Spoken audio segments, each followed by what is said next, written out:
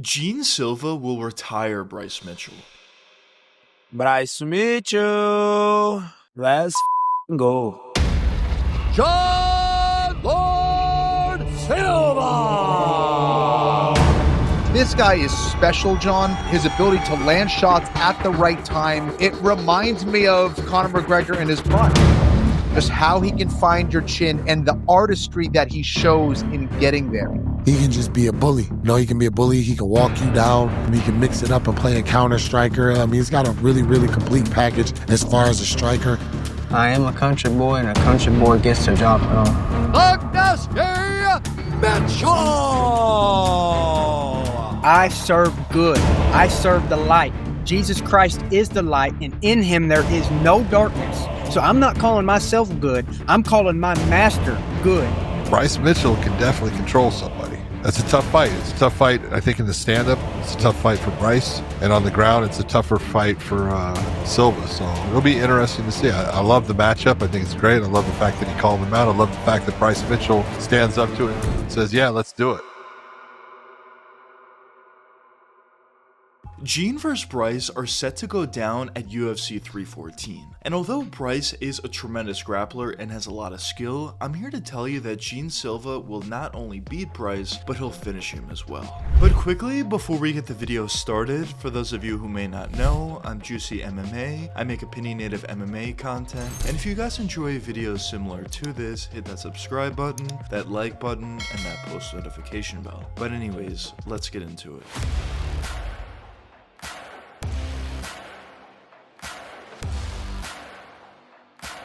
Gene Silva is one of the more, if not the most interesting prospects we have in the UFC. When you talk about his short time in the company thus far, he's done nothing short of win, and he's done nothing short of finish all of his opponents in the UFC thus far. As he's beaten Weston Wilson, Charles Jourdain, Drew Dober, as well as Melsick, and all of those guys he's also beaten by KO or TKO. And when you talk about finishing guys like Drew Dober and Charles Jourdain, obviously they're both extremely impressive feats. For Jourdain, up until that point, he had never been finished, and for Drew Dober, he's notoriously known for a tremendous chin. And Gene Silva was able to finish both of those guys. So a question that some of you may be wondering at this point is, why has Gene Silva been able to have so much success in the UFC thus far? Well, in my opinion, it comes down to a couple different factors, but the first factor that I want to touch upon is his overall striking game. Because when you look at the way Gene strikes out there, it's pretty clear that it's very chaotic. Really what Gene wants to do out there is create chaos on the feet. When he's fighting at range and when he's fighting a technical battle at range, he can have success, of course, but essentially what Gene wants to do out there is get on the inside, throw a bunch of hooks and uppercuts, and he really wants to get his opponents to be forced to get into an explosion competition, where both guys are just throwing haymakers in the pocket, and whoever essentially lands first is going to win that fight. And for the most part, Gene has been able to be that guy. He has taken some decently big shots throughout his fights in the UFC thus far, but he has shown a tremendous chin, and he has shown a tremendous ability to fight on the inside, regardless of what shots his opponents are throwing his way.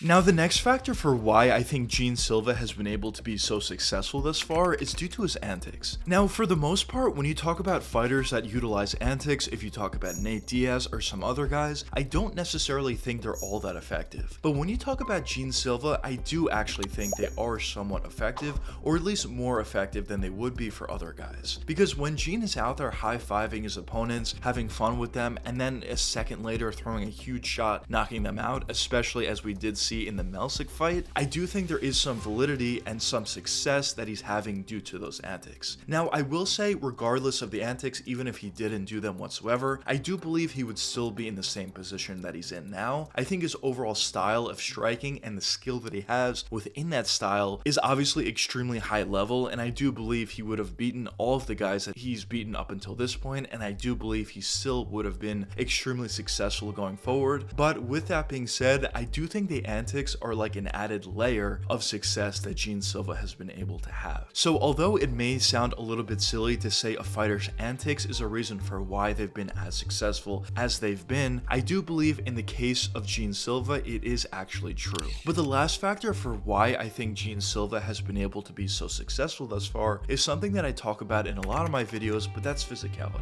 As when you talk about Gene's style, he essentially uses his physicality as a huge part of it. As when he's getting inside the pocket, throwing big shots, landing huge shots, and knocking guys out, that's in part due to his physicality. And when you talk about some of the better fighters and some of the champions in the UFC, most of those fighters are guys that have tremendous physicality. And I do believe that Gene Silva is on the same level of physicality as some of those other guys and some of those other champions as well. But another question that some of you may be wondering at this point is, why do I think Gene Silva is going to finish Bryce Mitchell? Well, I think it comes down to a couple different factors, but the first factor I want to touch upon is the striking. Because when you look at Bryce Mitchell and Gene Silva, I think there's a huge discrepancy in striking. As although Bryce definitely has a decent ability to strike, he has a decent ability to throw a jab, he has a decent ability to throw a left straight, for the most part, he doesn't have much outside of that. And if the fight on the feet is able to get in that close boxing range, I think that's really going to be the danger area for Bryce Mitchell. As in that area, I think Gene is going to start to go to work. I think he's going to start landing uppercuts, I think he's going to start landing hooks,